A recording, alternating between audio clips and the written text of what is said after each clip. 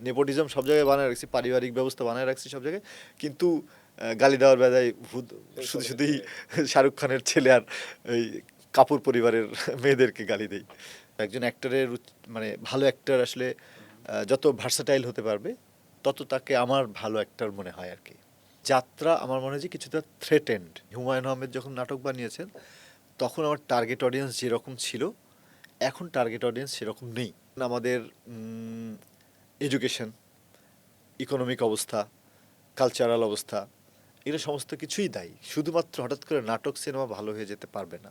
হ্যাঁ, আমরা মন যুগিয়ে যুগেই চলি, তাই বলে আমার মনে হয়। প্রিয় দর্শক, আপনাদেরকে আবারও আমন্ত্রণ জানাচ্ছি চর্চার সিনেমা নামার একটি বিশেষ পর্বে। আজকে আমাদের সঙ্গে যোগ দিয়েছেন চলচ্চিত্র ও নাটকের বেশ জনপ্রিয় মুখ, অভিনেতা, অভিনয়শিল্পী এবং শিক্ষক এবং প্রযোজক অবশ্যই মনোজ প্রামাণিক। মনোজ প্রামাণিক, আপনাকে ধন্যবাদ ও শুভেচ্ছা। ধন্যবাদ আপনাকে, চর্চাকে আমাকে নিয়ে চর্চা করার জন্য। আমার না হঠাৎ করে আপনার নামটা যখন আমি শুনি যখন, তখন বারবার একটা জিনিস মনে হয়, এবং আপনার যখন ভাবলাম যে আপনার সাক্ষাৎকার নেব, তখন ভাবলাম যে আপনাকে এই প্রশ্নটা আমি করবো আউট অফ বক্স। সেটা হলো মনোজ প্রামাণিক, মনোজ বাজপেয়ীর অভিনয় কেমন লাগে? মনোজ বাজপেয়ীর অভিনয় ভালো, ভালো, বলবো না যে খুবই ভালো লাগে। খুব ভালো লাগে না আপনার? অনেকের তো খুবই ভালো লাগে। কোথাও গিয়ে মনোজ বাজপেয়ীর মানে হি ইজ ডেফিনেটলি গ্রেট। হুম হুম তারপর থেকে আমি বলছি হুম হুম হুম।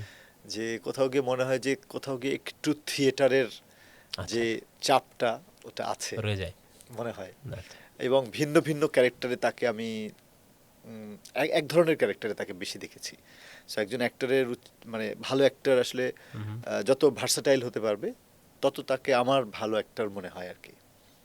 নাইস। আচ্ছা, ঐশ্বরিয়া রায় কি এখনো আপনার ক্রাশ? ভালো ভালো তথ্য সংগ্রহ করেছেন।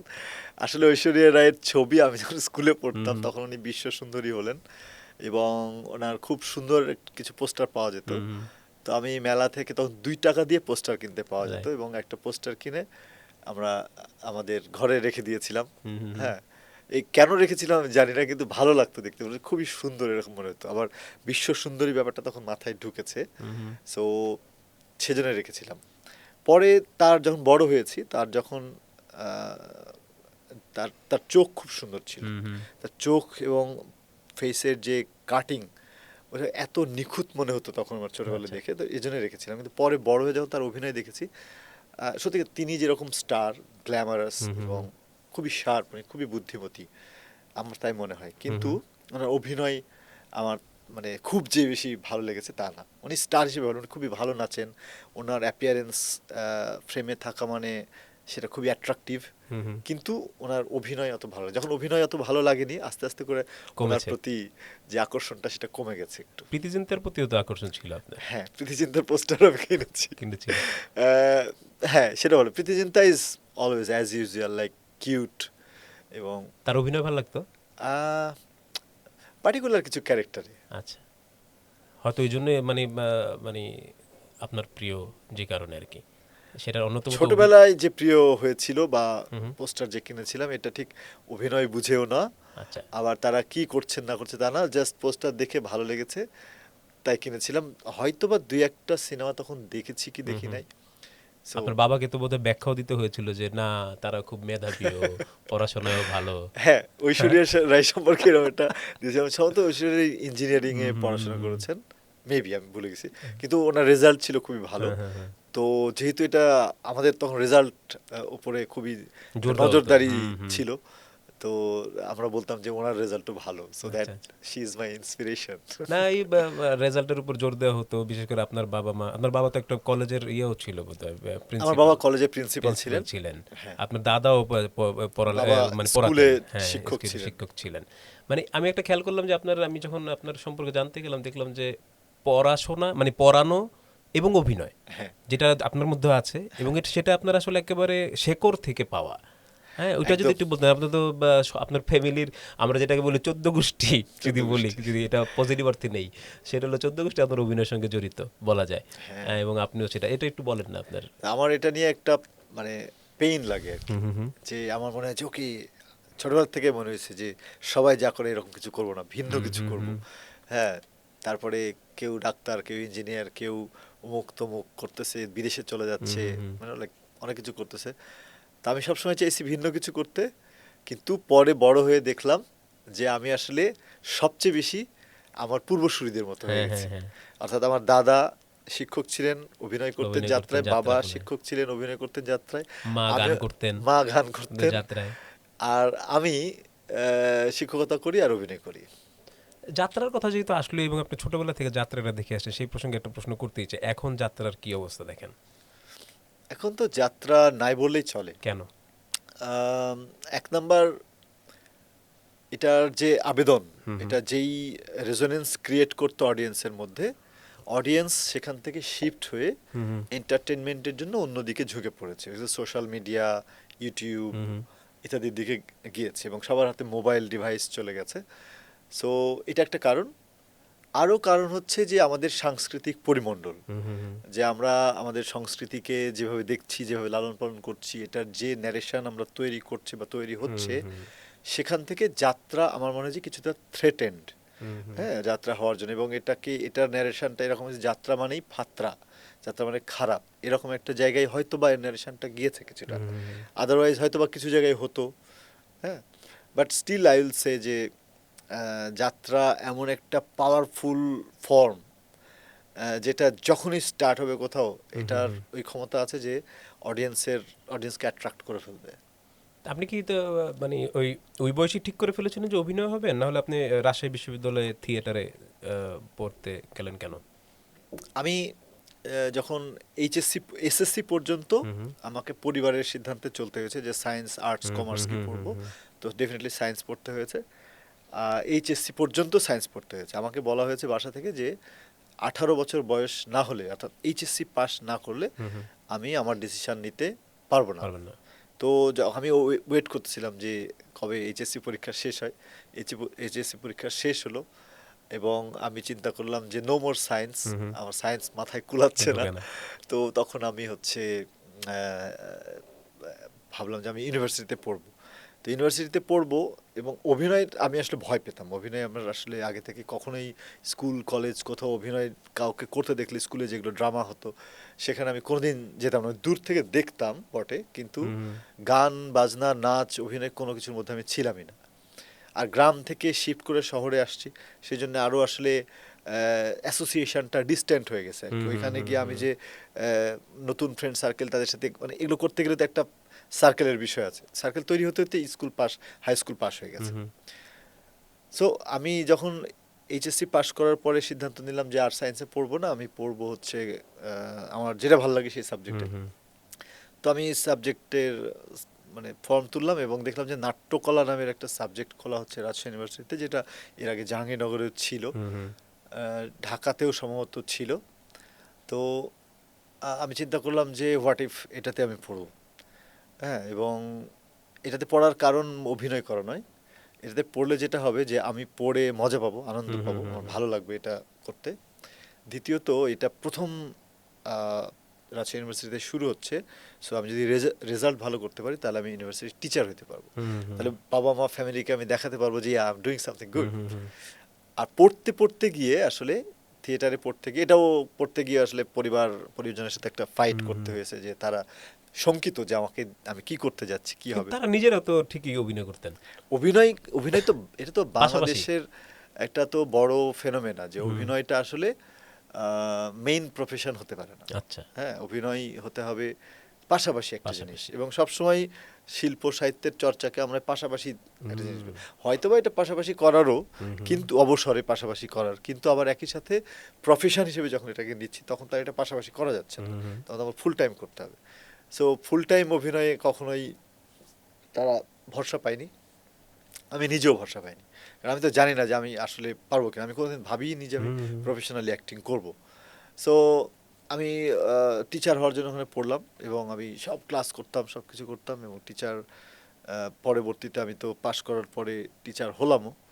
কিন্তু ওই পড়তে পড়তে গিয়ে আসলে অভিনয়, প্রতি বছর একটা করে নাটকে অভিনয় করতে হুম, হতো হুম, হুম। আমাদেরকে ফুল লেন্থ, এবং ওটা অভিনয়ের সাথে এবং প্রায় সবগুলোতেই প্রধান চরিত্রে। সবগুলোতে আমি প্রধান চরিত্রই করতাম। প্রথমটাতে শুধু প্রধান চরিত্র করিনি, মানে সব মিলে মানে 6টা 7টা বা 8টা মতো নাটকে আমার অভিনয় করা হয়েছে এই 5-6 বছরে, কিন্তু একটাতে শুধু আমি প্রধান চরিত্রে অভিনয় করিনি। তাছাড়া সবগুলোতে করেছি, কিন্তু ওই এবং এটা আমি আসলে যে আমি অভিনয় করতে পারি, এটা আমি আসলে অভিনয় করে মানুষের কাছ থেকে ফিডব্যাক পেয়ে তখন বুঝতে পেরেছি যে ও আচ্ছা তাহলে ভালোই হচ্ছে।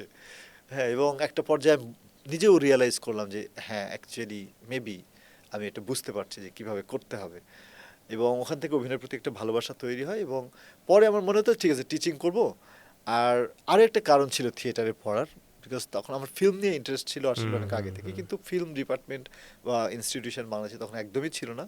তো আমি ভাবতাম যে যে থিয়েটারে পড়লে নিশ্চয়ই ফিল্মের কাছাকাছি একটা বিষয় হবে, so maybe I can do something in film. So ওইটাও একটা কারণ ছিল। তো পাশ করার পরে আমার দুইটা চিন্তা ছিল, টিচার হব আর এটা হচ্ছে ফিল্ম নিয়ে কাজ করবো, মানে ফিল্ম মেকিং নিয়ে আর কি। তো এই কারণে আমি পরে এসে অ্যাসিস্ট্যান্ট ডিরেক্টর হিসেবে কাজ শুরু করি। অমিতাভ রেজা অমিতাভ রেজা চৌধুরীর প্রোডাকশন সাথে হাউসে কাজ করেছি, একটা প্রজেক্টে আমি গৌতম ঘোষের সাথে কাজ করেছি, টুকটাক করে আরো দুইজনের সাথে কাজ করেছি, মেইনলি অমিতাভ ভাইয়ের সাথে কাজ করেছি। সো তো ওইখানে দেখলাম যে হ্যাঁ আমি অনেক কিছু শিখছি, অনেক কিছু জানছি, বাট আমি এটা বুঝতে পেরেছি ফিল্ম নিয়ে ফিল্ম বানাতে গেলে আমার আসলে আরো টাইম লাগবে, আর আসলে লার্নিং এর অনেক কিছু আছে। থিয়েটারের সাথে অনেক কিছু সিমিলার থাকলে it's not theatre, it's really far different from theatre. So তারপরে ওইগুলোর মধ্যে করতে থাকলাম আমি। আর আরেকটা ইচ্ছা ছিল যে মাঝে মাঝে শখে অভিনয় করব। তো মাঝে মাঝে বলতাম যে অ্যাসিস্ট করতাম, যখন আমার সার্কেল তৈরি হলো এখানে ওদেরকে বলতাম যে বিপুল, কৃষ্ণেন্দু, হ্যাঁ, বা আরো রাজীব আশরাফ তো মারা গেছে, রাজীব আশরাফ, এদেরকে বলতাম যে প্লিজ আমি অ্যাক্টিং করবো ছোটন ফান সাহেব, করে। হ্যাঁ হ্যাঁ, ছোটন, ছোটন, কৃষ্ণেন্দু চট্টোপাধ্যায়, ছোটন, ওনার ডাক নাম। হ্যাঁ, হ্যাঁ। তো ওরা আমাকে সত্যি সত্যি ফান করতে করতেই একটা অডিশন নেয়, একটা এই করে সেই করে করে তারপরে এক বিজ্ঞাপন করলাম, একটা নাটক করলাম, এবং এটা দেখে আরো মানুষ ডাকা শুরু করলো। এবং পরে আবার আদনান আর রাজীব আমাকে ডাকলো হচ্ছে ক্লোজ আপ কাছে আসার গল্প করার জন্য, and that was a really turning point of my acting life. ওটা তো প্রায় 2-3 বছর চললো, 3 বছর টানা বা 4 বছর টানা চলেছে বিজ্ঞাপনটা, এবং পরে ক্লোজ আপের কাজও করলাম। So that was a turning point, that ওটা আসলে আমাকে অনেক পপুলারিটি এনে দিছে, পরিচিতি এনে দিছে, এবং আরও অনেক কাজ এনে দিছে আর কি। এবং পরবর্তীতে যেটা হয়েছে যে আমি যে অভিনয় করতে চাই এবং অভিনয় ওরিয়েন্টেড একজন actor, like not Glamour and ইত্যাদি, আমি গ্ল্যামার বা ইত্যাদি দোষ দিচ্ছি না, দ্যাট ইজ অলসো ফ্যান্টাস্টিক, কিন্তু আমি বলতেছি যে আমার চর্চাটা হচ্ছে অভিনয় নিয়ে, মানে ক্যারেক্টার পেলে কি পোশাক পরবো বা কেমন চেহারা হবে বা কেমন সুন্দর দেখাবে কেমন করে, এই চিন্তা আমার কখনো মাথায় আসেনি। মাথায় আসতো যে কীভাবে এই ক্যারেক্টারটা রিয়েলিস্টিক করা যায়। সো ওই অনুযায়ী পরবর্তীতে আমি কাজ পাওয়া শুরু করেছি, এবং এখন পর্যন্ত চলছে। না, যে আপনি গ্ল্যামারের কথা বললেন, কিন্তু আপনি নিজেও কিন্তু চান যে আপনিও কোনো সময় সুযোগ হলে মারামারির একটু ড্যাশিং ওটা করবেন আপনি। ইয়েস, মানে ব্যাপারটা হচ্ছে যে আমরা যখন কোনো মেইন স্ট্রিম কমার্শিয়াল ফিল্ম দেখি, তো তখন ওইটার কিন্তু এক ধরনের অ্যামিউজমেন্ট আছে, লাইক মানে দেখতে মজা লাগে, হ্যাঁ, ক্রাফটম্যানশিপ হাই থাকে। তো ওখানকার মারপিট, নাচ, বা the way they deliver their expression, acting, ওইগুলো দেখতে তো মজা লাগে। তো কখনো কখনো এগুলো করতে ইচ্ছা হয়। আর আরও একটা জিনিস মনে হয় যে এটা মানুষকে এন্টারটেন করে, এবং ওই এন্টারটেন করে, এবং মানুষ তখন এটা যে পছন্দ করে, মানুষ ইনসেন হয়ে যায়, পাগল হয়ে যায় আর কি ওই এন্টারটেনড হয়ে। তো আমারও ইচ্ছা করে যে I will also entertain them and I will make them mad, insane. শুধু অভিনয় না, আপনি বোধহয় সিনেমা বানানোর সুযোগ হলেও এরকমই একটা সিনেমা বানাতে চান। True, you really have a very good study on me. So yeah, আমি অভিনয় সিনেমা বানাতে হলে আমার ইচ্ছা যে আমি এরকম সিনেমা বানাবো, যে সিনেমাটা first and second and third objective হবে টু এন্টারটেন দ্য অডিয়েন্স। তারই প্রস্তুতি হিসেবে কি বুসানে গেলেন এবং ফিল্ম প্রডিউসিং এর উপরে কোর্স করলেন? না, আসলে বুসানে যাওয়ার গল্পটা ভিন্ন। বুসানে আমি যে টিচিং করার সময় যেটা হয়েছে, আমার শিক্ষার্থীদের অনেকেই তারা শিখছে, তো তাদের ফিল্ম বানাতে ইচ্ছে করতো ডেফিনেটলি। তো তারা শর্ট ফিল্ম ইত্যাদি বানানোর সময় আমার কাছে বিভিন্ন ধরনের হেল্প চাইতো, লাইক স্যার কিছু টাকা দেন বা কিছু এই জিনিসটা লাগবে এটা অ্যারেঞ্জ করে দেন, বা অমুককে একটু বলে দেন যে আমার এডিটটা করে দিবে, অমুককে বলে কালার করে দেন। সো এরকম নানাবিধ সাপোর্ট আমরা ওদের করতাম, মানে পার্সোনালি আমি করতাম, জাস্ট লাইক তারা সামহাও আমার কাছে আসতো, আমি এটা চেষ্টা করতাম, এবং করতে করতে দেখলাম যে এদের অনেক কাজে আমি ইনভলভ হয়ে যাচ্ছি এবং অ্যাসোসিয়েটেড হয়ে যাচ্ছে, আমরা একটা টিম হিসেবে কাজ করছি। তো তখন ওর মধ্যে কেউ রাইটার, কেউ ডিরেক্টর, কেউ সিনেমাটোগ্রাফার আছে। তো ওরা আমাকে বললো যে ঠিক আছে আপনি স্যার যে কাজটা করছেন সেটা তো প্রডিউসিংয়ে, তাহলে বি আওয়ার প্রডিউসার। তো আমি তখন থেকে ওদের সাথে প্রডিউস করা শুরু করলাম। প্রডিউস করতে গিয়ে আমি দেখলাম যে ইটস আ হিউজ থিং, এবং বিশেষ করে ইন্ডিপেন্ডেন্ট এবং ইন্টারন্যাশনাল কো প্রোডাকশন, এটা তো আসলে অনেক কাজ, ডিফারেন্ট একটা ব্যাপার, আসলে ডিফারেন্ট একটা ওয়ার্ল্ড। সো এটা করতে গিয়ে আমি দেখলাম যে আমি যদি সত্যিকার অর্থে প্রডিউসিং করি তাহলে আমাকে আসলে আরও শিখতে হবে। আর আমি যদি সত্যিকার অর্থে ওদেরকে ভালো সার্ভিস দিতে চাই অর্থাৎ প্রডিউসার হিসেবে out of the academy in the industry, তাহলে I must be professional, I must learn everything. এবং তখন আমি চিন্তা করলাম যে কীভাবে শেখা যায়। তো নিজে নিজে পড়াশোনা করা, নিজে নিজে দেখা, এই সেই করা ইত্যাদি তো আছেই। তো আমি দেখলাম যে অনেকেই বাংলাদেশ থেকে বুসানে এই অ্যাফিস যেই এশিয়ান ফিল্ম স্কুল আছে সেখানে পড়াশোনা করে আসতেছেন, they are really doing good, like ওরা ভালো ভালো প্রজেক্ট নিয়ে বিভিন্ন জায়গায় ফান্ডিং বা বিভিন্ন ফেস্টিভ্যালে যাওয়া ইত্যাদি করছে, এবং এটা দেখে মনে হলো কোয়ালিটি ওয়ার্ক করতেছে।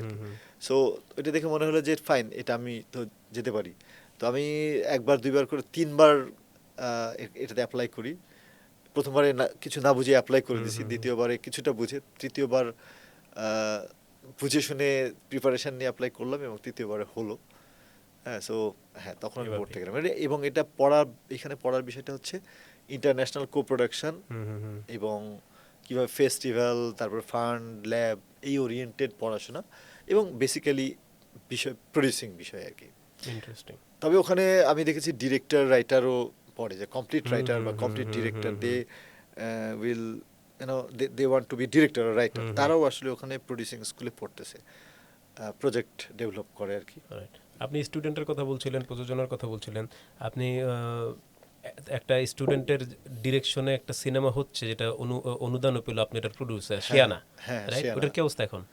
ওইটা এখনো আমরা প্রি প্রোডাকশনে, কারণ আমরা আসলে, আমি তো দেশে ছিলাম না, তো একটা ওই যে চিঠি দিয়েছিলাম মন্ত্রণালয়কে যে আমি যেহেতু সময় থাকছি না, সো আমরা নির্মাণের কাজে এখন হাত দিতে পারছি না। তো এসে এখন আমরা প্রি প্রোডাকশন শুরু করেছি, হোপফুলি আমরা শুটিংয়ে যাব খুবই শীঘ্রই, মে মাসের শুরুতেই হয়তো বা মাঝামাঝি আমরা শুটিংয়ে যাবো আর কি। খুব বেশি তো জানা যায় না, যেহেতু শুটিংই এখনো বাকি। হ্যাঁ, তো যে আমি যতটুকু জানলাম যে সত্যেন সেনের গল্প অবলম্বনে বোধহয়। হ্যাঁ, এই গল্পটা আমরা বেসিক গল্পটা আসলে সত্যেন সেনের, কিন্তু সেই গল্পটাকে আমরা আসলে অনেক কি বলবো যে বর্তমান সময়ে নিয়ে এসেছি। সত্যেন সেনের গল্পটা ছিল যখন দেশ ভাগ হচ্ছে, অর্থাৎ বাংলাদেশ, ইন্ডিয়া, পাকিস্তান ভাগ হচ্ছে, তখন তো বাংলাদেশ ছিল না, মানে পাকিস্তান ইন্ডিয়া ভাগ হচ্ছে, এই সময়কার প্রেক্ষাপটের গল্প।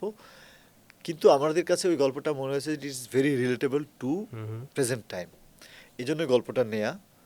এবং ওই গল্পটার ধরনটাও এরকম, যেটা আসলে আমরা যে ধরনের গল্প বানাতে চাই, মানে প্রডিউসার, ডিরেক্টর হিসেবে আমাদের সাথে মনে হয় যে হ্যাঁ আমরা এই গল্পটার সাথে জার্নি করতে পারবো, এই কারণে গল্পটা নেয়া আর কি আমাদের। এবং ওই গল্পটা এখন বর্তমান সময় ধরে আমরা আগানো হয়েছে আর কি। আবার একটু নাটকে ফিরি। নাটকে আমরা তো একসময় দেখলাম বাংলাদেশের নাটক কিন্তু বেশ প্রশংসিত হতে শুরু করলো। আমরা বেশ কিছু নাটকের নামও বলতে পারি, সেটা 90-এর দশক থেকে শুরু করে এটা বোধহয় 2000 সাল, এবং এর পরেও অনেকটা লম্বা হয়েছিল। এবং কিন্তু একসময় আমরা দেখলাম যে নাটকের মানে ওইভাবে আর সেরকম মানুষকে টানছে না বলে অনেকে বলেন আর কি। আপনি কেমন দেখছেন এখন নাটকের অবস্থা, টিভি নাটকের বিশেষ করে? আমি এটাকে খারাপ বা ভালো কোনোটাই বলতে পারবো না। এখন নাটক সবসময় নির্মিত হয়েছে এর টার্গেট অডিয়েন্সকে উদ্দিষ্ট করে, যে আমার অডিয়েন্স এরকম, তাহলে আমি কীরকম নাটক বানাবো। তখন হুমায়ুন আহমেদ যখন নাটক বানিয়েছেন তখন আমার টার্গেট অডিয়েন্স যেরকম ছিল, এখন টার্গেট অডিয়েন্স সেরকম নেই। এখন টিভি নাটক বলি বা টিভি নাটকের নামে ইউটিউবের নাটক বলি, এই নাটকের অডিয়েন্স আসলে ভিন্ন ধরনের। হ্যাঁ, সো সেখানে গিয়ে আমরা হয়তোবা একটু নস্টালজিক অনেক সময় হয়ে পড়ি। আমরা মনে করি যে আগের মতো আর নাটক হচ্ছে না, আগের নাটকগুলো কত সুন্দর ছিল। কিন্তু এই কথা কারা বলতেছে? একটা ছোট অ্যামাউন্ট অফ অডিয়েন্স এই কথা বলতেছে, বিশেষ করে যারা একটু পুরাতন সত্যিকার অর্থে, কিন্তু টেলিভিশন ইউটিউবের সবচেয়ে বড় দর্শক হচ্ছে যারা ইউথ, ইয়াং। সো তারা আসলে আগের প্যাটার্নের নাটক হয়তোবা তাদের ভালো লাগতে পারে, কিন্তু সব সময় নয়। সো এখন তারা যেরকম কন্টেন্ট ধরেন ইয়ে করে, ওটাকে কি বলবো, কনজিউম করে, সেই ধরনের কন্টেন্ট তো এখন তারা সারা পৃথিবীর কন্টেন্ট কনজিউম করছে, এবং সেটা খুবই হাইপার, সেটা খুবই মেলোড্রামাটিক, সেটা মানে খুবই রিয়েল। ওই জায়গার থেকে এসে ওই ধরনের নাটক, বিশেষ করে টেলিভিশন, এবং যেটা আসলে মুহুর্মুহু শিফট করা যায়, স্ক্রল করা যায় বা চ্যানেল চেঞ্জ করা যায়, সো সেই জায়গাতে তাদের আসলে ওই ধৈর্যটা নাই যে অডিয়েন্সের, যে তারা আসলে ওই ধরনের নাটক দেখবে। সো ওই ধরনের নাটকের বাজারটা বা মার্কেটটা আসলে কমে গেছে, উঠে গেছে। কিন্তু অন্য ধরনের নাটকের বাজার আছে, সেটা ওই অডিয়েন্সের জন্য, এবং সেটার রুচিগত জায়গা, মানে সেগুলো সবই আসলে পরিমাপ দিয়ে যদি আমি করতে যাই তাহলে পরে এক রকমের ব্যাখ্যা আসবে। কিন্তু আমি ওই ব্যাখ্যাটা দিতে চাচ্ছি না, যে রুচি খারাপ রুচি ভালো, এটাতে যেতেই চাচ্ছি না আমি। এটা আমাদের টোটাল অডিয়েন্স এরকম, তার মানে আমাদের কন্টেন্ট এরকম হবে। আমাদের সিনেমা ধরেন 90s-এর নাটক ভালো হয়েছে, কিন্তু সিনেমার দিকে তাকালে আপনি বুঝবেন 90s বা 90s-এর একটু পর থেকে ধরেন আমাদের সিনেমাতে যেই মানে একটা ধ্বংস আসছে আর কি, মানে কি বলবো, সেটা সবাই জানে। তো মানে ওইটাও আমার মনে হচ্ছে অডিয়েন্সের কারণে হয়েছে, এবং অডিয়েন্সকেই তো আমরা আসলে এন্টারটেনমেন্ট দুনিয়াতে আসলে অডিয়েন্সকেই খুশি করতে চাই, অডিয়েন্সের জন্য কিছু করতে চাই, অডিয়েন্সকে ভেবে কিছু করতে চাই। আরও একটা বিষয় হয়েছে যে ভালো নির্মাতারা যখন এখানে আসলে একটু একটু করে ব্যবসা চেঞ্জ হয়ে যাচ্ছে টেলিভিশনে, তখন ভালো নির্মাতারা এখান থেকে সরে গেছে। ওটিটি আসছে, ওটিটির দিকে গেছে, ফিল্মের একটা সময় তৈরি হয়েছে, ফিল্মের দিকে গেছে, বা অনেকে হয়তো কাজই করছে না। হ্যাঁ, সো তারা সরে যাওয়ার ফলে কি হয়েছে, ওই জায়গাটা, ফাঁকা জায়গাটা দখল করেছে এসে যারা আসলে যথেষ্ট প্রস্তুতি নেই চলচ্চিত্র বা নাটক বানানোর, তারা। আমি কাউকে খাটো করে বলছি না, কিন্তু এটা ঘটেছে, এবং তার ফলে কি হয়েছে, এখানের কোয়ালিটিও ফল করেছে। তার মানে দুইটা জিনিস হয়েছে, একটা কোয়ালিটি ফল করেছে এবং অডিয়েন্স অন্যমুখী হয়ে গেছে, ফলে এই জায়গার এই অবস্থাটা তৈরি হয়েছে। আবার সত্যিকার অর্থে আরও একটা বিষয় বলবো, যখন একটা পলিটিক্যাল শিফটিং হয় একটা দেশে, তখন কিন্তু ব্যবসা বাণিজ্য অনেক কিছুতেই এক ধরনের পালাবদল, পরিবর্তন আসে। তো ওই শিফটিং টাইমটা আসলে সেন্সিটিভ থাকে, এবং শিফটিং টাইমটাতে আসলে লগ্নিকারক বা ফান্ডার, স্পন্সর এটা কম পাওয়া যায়। সো আমাদের নাটকের অবস্থা এখন যেটা, এই সমস্ত কিছু মিলেই এটা ঘটেছে। আরও একটা কারণ যদি আমি বলি, সেটা হচ্ছে যে ধরেন আমাদের এডুকেশন, ইকোনমিক অবস্থা, কালচারাল অবস্থা, এগুলো সমস্ত কিছুই দায়ী। শুধুমাত্র হঠাৎ করে নাটক সিনেমা ভালো হয়ে যেতে পারবে না। এর জন্য আমাদের আসলে অর্থনীতি, সংস্কৃতি, সমাজ, রাজনীতি সমস্ত ব্যবস্থাকে যথোপযুক্ত হতে হবে, মানে অন্তত একটা মিনিমাম ব্যালান্সে জিনিসটা থাকতে হবে। ওই ব্যালেন্সে না থাকলে আসলে নাটক যতই চেষ্টা করুক, হঠাৎ করে হয়তো বা ধূপধাপ করে দিয়ে একটা ভালো কিছু হয়ে যেতে পারে, কিন্তু এটার যে একটা কনসিস্টেন্সি, এটা তৈরি করতে হলে আসলে অন্য জায়গাগুলো, বেসিক জায়গাগুলোতে কনসিস্টেন্সি দরকার। আপনার সবগুলো কাজকে যদি একটু সারমর্ম করে দেখি, আমরা দেখব কি আপনি হলো একটা ভদ্র ছেলে, হ্যাঁ, খুবই লয়াল একজন প্রেমিক, হ্যাঁ, এবং মাঝে মাঝে আমার এরকম মনে হয়েছে যে এত ভালো দেখায় যে দেখবেন আপনি, আমরা যখন পুরনো ছবিগুলো যেটা যাকে খুব ভালো দেখায় সে এখনই মারা যাবে, ভিলেন তাকে এখনই গুলি করে মারবে বা এনিহাও মারবে। এই যে আপনার কি কখনো মনে হয় যে এক ধরনের পারসেপশন তৈরি হয় দর্শকের মনে আপনাকে নিয়ে, যে একটা স্টেরিও টাইপ হয়ে যাচ্ছেন কিনা আপনি? জি, মনে হয়, এবং আমি খুব চেষ্টা করি, বা আমাকে নিয়ে অনেকেই চেষ্টা করেছে যে to create something different with this face, এবং কিছু জায়গায় আমরা করেছি, যেমন আমি খুনি চরিত্র অভিনয় করছি, যে সাংঘাতিক খুনি, টিকেট সিনেমায় বা রেড রাম, তারপরে আজ আমার পালা, অনেক অনেক জায়গাতে আমি খুবই সাংঘাতিক নেগেটিভ রোল করেছি, বাজি। এবং নেগেটিভ রোল করার পরেও, বাজিতে তো একটা ভিন্ন পজিটিভ রোলই, কিন্তু লাইক ভিন্ন। সো আমি করেছি, এবং যদি যেটা বলেন আপনি যদি জিস্ট নিয়ে আসেন, তো এই জিস্টের মধ্যে থেকে আমিও কিছু ফটো নিয়ে আসতে পারি, যেখানে দেখলে বোঝা যাবে যেন আম অ্যাকচুয়ালি ট্রাইং ভার্সাটিলিটি। হ্যাঁ, সো তারপরেও একটা তো টাইপ হয়, এবং একটা তো, আর এটা তো দৃশ্য মাধ্যম, মানে ওয়ার্ল্ড ওয়াইড, হ্যাঁ, ভিজুয়াল ওয়ার্ল্ড, তো ভিজুয়াল মিডিয়াম, তো এখানে আসলে দেখতে কিরকম লাগছে, অ্যাপিয়ারেন্সটা কি, ইটস আ ফ্যাক্ট অ্যাকচুয়ালি। হ্যাঁ, তারপরেও ধরেন অনেক অ্যাক্টর অ্যাক্ট্রেসের কথা জানি যে যারা একদম খুবই নিজেকে ভেঙে চুরে শুকিয়ে মোটা হয়ে বিভিন্ন কিছু করে বিভিন্ন ট্রান্সফরমেশন করে অভিনয় করে। I appreciate that. আপনি নিজেও তো রাজি এটা করতে যদি অবশ্যই সেরকম ক্যারেক্টার পান। I can do anything. আপনার কয়েকটা অভিনীত সিনেমা নিয়ে কথা বলতে চাই। অমীমাংসিত, এটার জন্য আপনি মনোনয়ন পেয়েছে, আপনাকে অভিনন্দন অগ্রিম দিয়ে রাখলাম। আর এই সিনেমাটাকে একসময় সেন্সর বোর্ড বলল যে প্রদর্শনযোগ্য নয়। হ্যাঁ, হ্যাঁ, এটা কেন বলেছিল, কি ঘটনাটা যদি বলেন। সত্যি অর্থে আমি জানি না। আচ্ছা। এবং এটার সাথে একটা ইস্যু জড়িত আছে। এটা মানে গল্পটা একটু এরকম যে যেটাকে ওই যে সাগর রুনি যে হত্যা মামলা বা হত্যা মানে কি বলবো যে অ্যাক্সিডেন্ট ইনসিডেন্ট যেটাই বলি না কেন ছিল, তো সেটার একটা ছায়া এই গল্পের মধ্যে ছিল আর কি। এখন এর সঙ্গে এর ভেতরে পেছনে কি কি রাজনৈতিক কারণ থাকতে পারে এটা তো আমার জানা নেই। সেটা হতে পারে। এছাড়া আমি আর কোনো কারণ খুঁজে পাইনি যে এটা নাকি আসলে অন্য কিছু। এখন এরকম কিছু বলে আমি ধারণা করেছি আর কি। আচ্ছা। হ্যাঁ, আর এইসব তো ধরেন আমি এখানে যদিও বলছি কিন্তু এই বিষয়গুলো খুবই সেনসিটিভ এবং কথা বললে আমরা তো যারা অভিনয় করি যাদেরকে দেখা যায় তাদের ধরেন একটু চুন থেকে পান খসলে মানুষ অনেক কিছু বলে।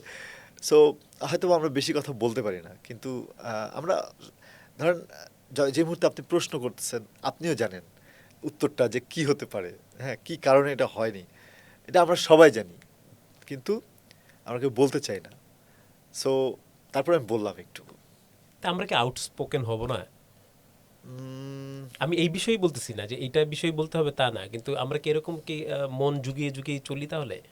হ্যাঁ, আমরা মন জুগিয়ে জুগিয়েই চলি তাই বলে আমার মনে হয়। আর আমার মনে হয়েছে পৃথিবী খুবই অদ্ভুত একটা জায়গা এবং এখানে ধরেন পৃথিবীতে আমরা সত্যের চর্চা করতে চাই, সত্য উন্মোচিত করতে চাই, কিন্তু ভয়ঙ্করভাবে আমি যত দেখছি, যত অভিজ্ঞতা হচ্ছে দেখছি যে পৃথিবী আসলে সত্য সহ্য করতে পারে না। হ্যাঁ, পৃথিবী সত্য সহ্য করতে পারে না এবং আপনি সত্যি কথা বলতে থাকুন বা যে কোনো একজন সত্যি কথা বলতে থাকুক, কয়দিন টিকতে পারবে বলা কঠিন। আমি না কেন যেন রিলেট করতে পারছি, যাক এটা আরেক আলোচনা, আমার খুবই ব্যক্তিগত। ধন্যবাদ আপনাকে।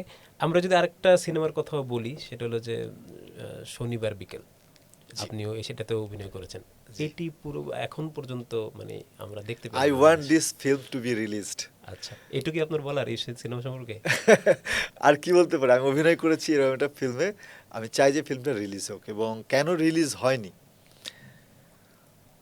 আমি জানি না আসলে। মানে আমার মনে হচ্ছে সিনেমাতে এমন কিছু নাই যেটাতে খুবই সাংঘাতিক সেন্সিটিভ ইস্যু আছে যেটা আসলে দর্শক দেখলে সাংঘাতিক একটা ঝামেলা হয়ে যাবে, এরকম আমার মনে হয়নি। কারণ পুরো ঘটনাটা তো আমি জানি সিনেমা, আর কোন ইস্যু নিয়ে সিনেমাটা বানানো সেটাও সবাই জানে। হলি আর্টিজান ইস্যু নিয়ে সিনেমা বানানো, তো একটা ঘটনা ঘটেছে আমাদের চোখের সামনে, সেটা নিয়ে সিনেমা বানালে কেন সেই সিনেমা চলতে পারবে না? যেই ব্যাখ্যাই তৈরি করুক না সিনেমাটাতে, ডিরেক্টর যেই ব্যাখ্যাই তৈরি করুক, কেন সিনেমাটা চলবে না?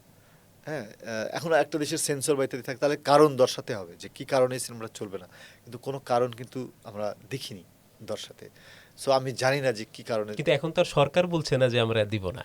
এখন তো যে পরিচালক নিজে, উনি নিজেও সংস্কৃতি উপদেষ্টা নিজেই ছিলেন, তিনি তার বেলাতেও কিন্তু সিনেমা বের হয়নি।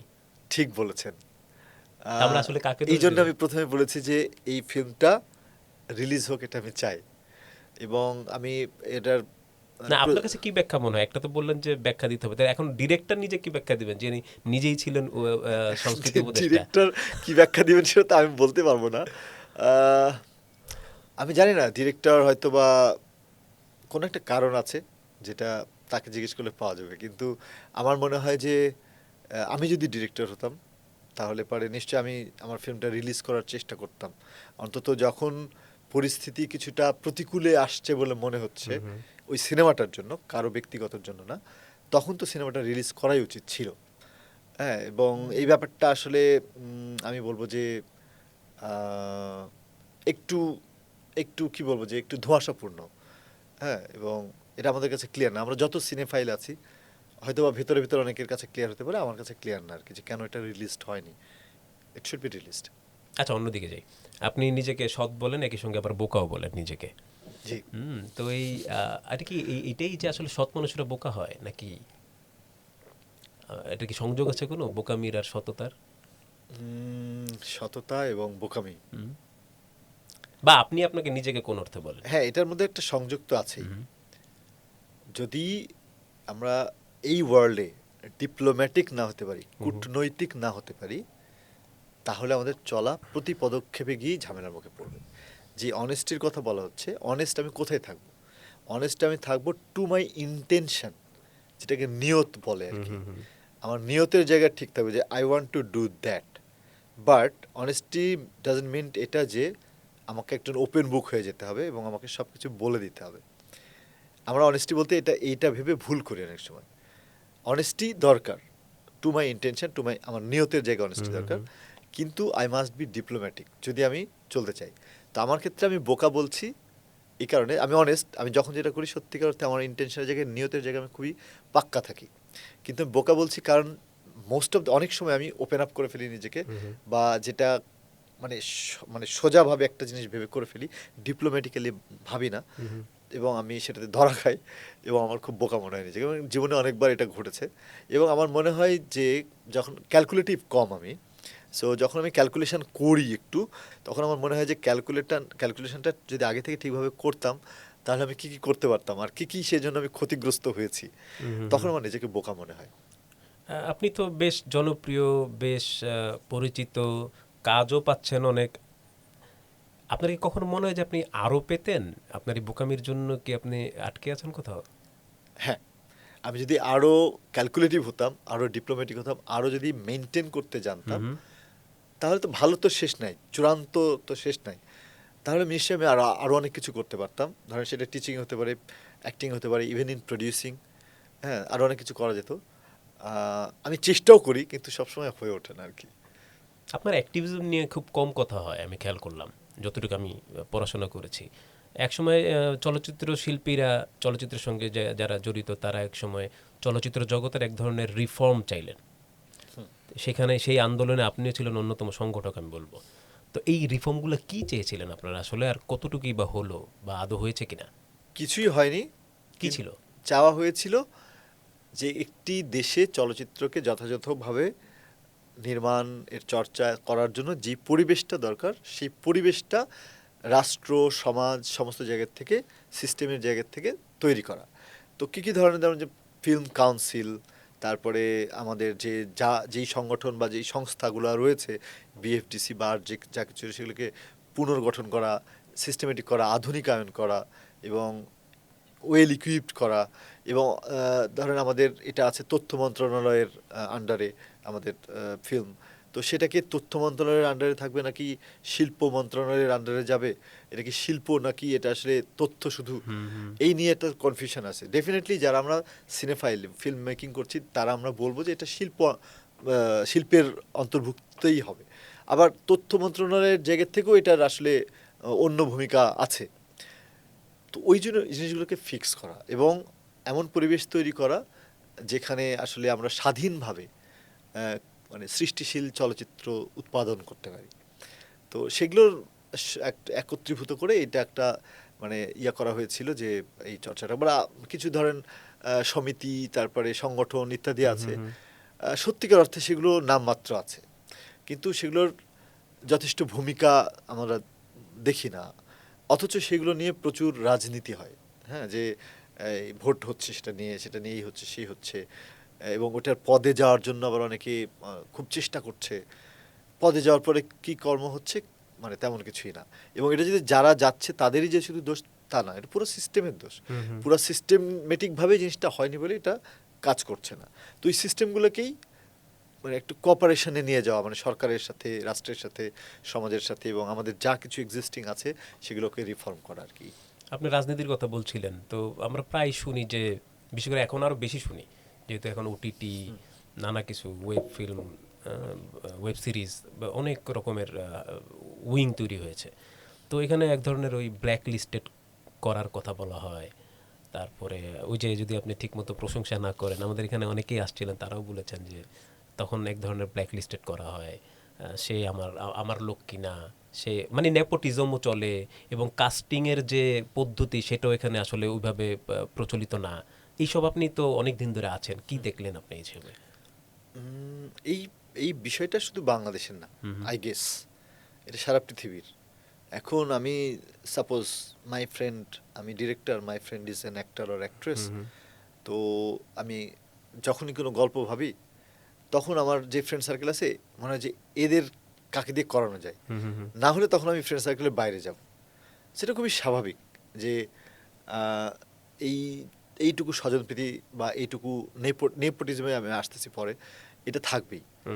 এবং এই কারণেই তো একজন সম্ভাবনাময় অ্যাক্টর বা ডিরেক্টরের কাজ হবে যে তার প্রেজেন্সটাকে তার বোঝানো in a creative way, in a excellent way. হ্যাঁ, এবং he or she must be diplomatic, I am saying this again. এবং এটা সবাই হাসবে, সবাই সুন্দর করে কথা বলবে। এবং আমাদের দেশ তো তা অনেক ওপেন, অনেক সরাসরি। অন্য দেশে গেলে তো আরও মানে সবাই যে yeah yeah you are nice, very nice ইত্যাদি বলবে, বাট তারপরে আর ভুলেই যাবে।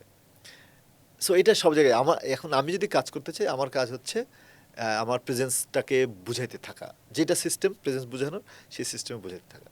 আর নেপোটিজমের কথা যে বলা হচ্ছে, নেপোটিজম বাংলাদেশে নাই। নেপোটিজম করতে কোন স্টারের ছেলে কি করলো? হ্যাঁ, একমাত্র আমি তো খালি আলী জাকেরের ছেলে কি জানি ইরেশ। ইরেশ জাকের ভাইকে দেখি যে অভিনয় করতে।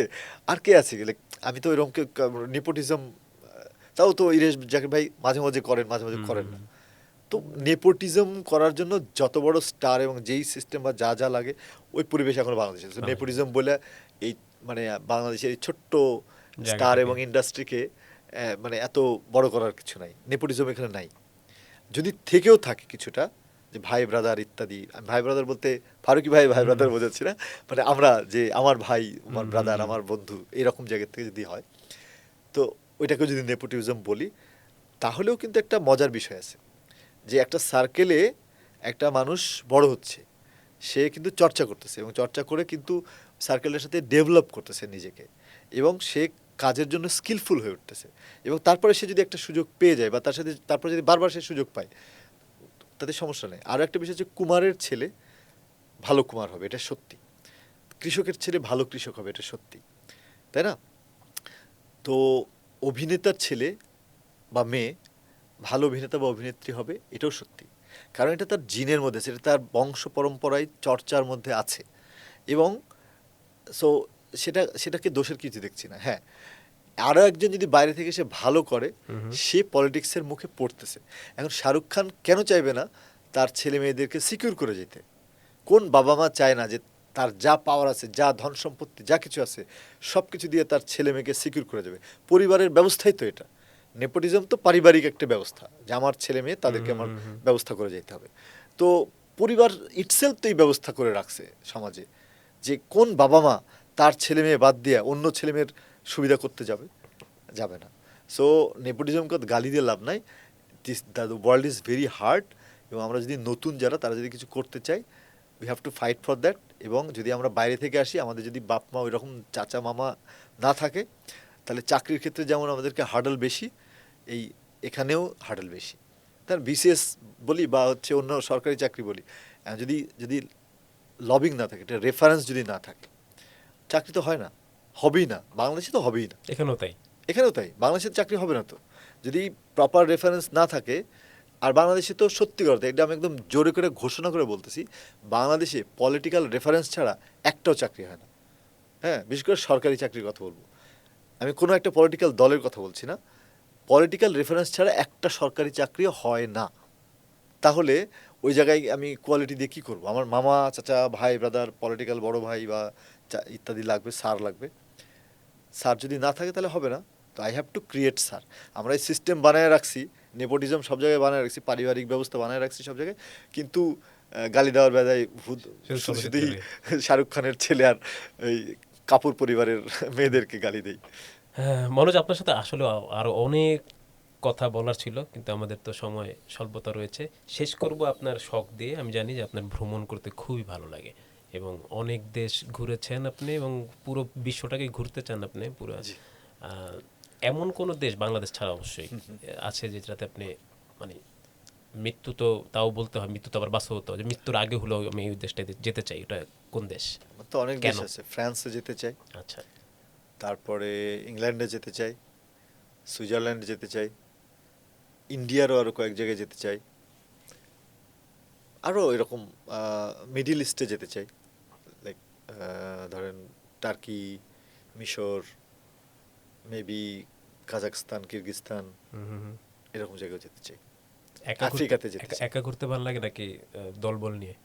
দুইটাই ভালো লাগে, আচ্ছা। দুইটারই পেইন আছে। পেইনটা কি? দলবল নিয়ে ঘুরলে আপনি মানে একাকিত্বের যে মজা, আচ্ছা। সেটা আসলে খুঁজে পাবেন না। হ্যাঁ, সবসময় একটা মাথা বিজি থাকে। আর যদি একা ঘোরা হয়, তাহলে you will feel sometimes lonely. কারণ আপনি যখন সুন্দর কিছু দেখছেন, তখন আপনার কারোর সাথে শেয়ার করতে ইচ্ছে করবে। উইদাউট শেয়ারিং অনেক বড় সৌন্দর্য আপনার কাছে মানে মানে মনে হয় যে দেখার পরে আপনি অস্থির হয়ে যাবেন। তো তখন কেউ থাকলে ভালো। আবার যদি ফ্রেন্ড সার্কেল বা গার্লফ্রেন্ড বা বউ বা ইত্যাদি নিয়েও যদি কেউ বেড়াতে হুম, যায়, হুম, হুম। তখন আবার ব্রেনটা অকিউপাইড হয়ে থাকে সবসময়, টু মেনটেন থিংস। হুম, হুম, হুম। আপনার এখন মানে কি নিয়ে ব্যস্ত, এখন কোন কাজে নিয়ে ব্যস্ত? অবশ্যই ভার্সিটির কাজ বাদ দিয়ে। এর মধ্যে কিছু নাটকের কাজ করা হচ্ছে হুম, ঈদের। হুম, হুম। আর আচ্ছা, আপনার বকুল কথার কি অবস্থা? বকুল কথা তো সম্পূর্ণ কাজ শেষ হয়ে হুম, আছে। হুম। ডিরেক্টরের সাথে বেশ কিছুদিন কথা হয়নি, তো উনি বলেছিলেন যে আহ, যেই রাজনৈতিক পালাবদল, ভোট ইত্যাদি হচ্ছিল, তো বলে যে এই পরিস্থিতিগুলো গেলে তারপরে রিলিজ দিবেন। হুম, হুম। সিনেমা আর কিছু করছেন? আমি হুম, এই মুহূর্তে আরেকটা কথা চলছে, হুম, হুম। তো এটা হয়তো বলার বা মতো অবস্থায় নাই। বলার মতো এখন অবস্থা নেই, যে শুটিং হয়তো বা সামনে, তো হলে তখন জানাবো আর কি। মনোজ প্রামাণিক, আপনাকে অসংখ্য ধন্যবাদ, আপনি আমাদেরকে সময় দিয়েছেন। আশা করি পরবর্তীতেও আপনাকে আমরা আবারও পাবো আমাদের স্টুডিওতে। কথা বলে খুবই ভালো লাগলো। হ্যাঁ, আপনার সাথে আমি বলছিলাম যে এই গতানুগতিক প্রশ্ন না করে এমন কিছু করা যাতে ভিন্ন কিছু কথা বলতে পারি। হলো কি ভিন্ন কিছু? অনেকখানি ভিন্ন হয়েছে। থ্যাংক হ্যাঁ, ইউ, সত্যি থ্যাংক ইউ। অনেকখানি ভিন্ন হয়েছে। এবং ধন্যবাদ আমাকে ডাকার জন্য। চর্চাকে ধন্যবাদ, সবাইকে ধন্যবাদ।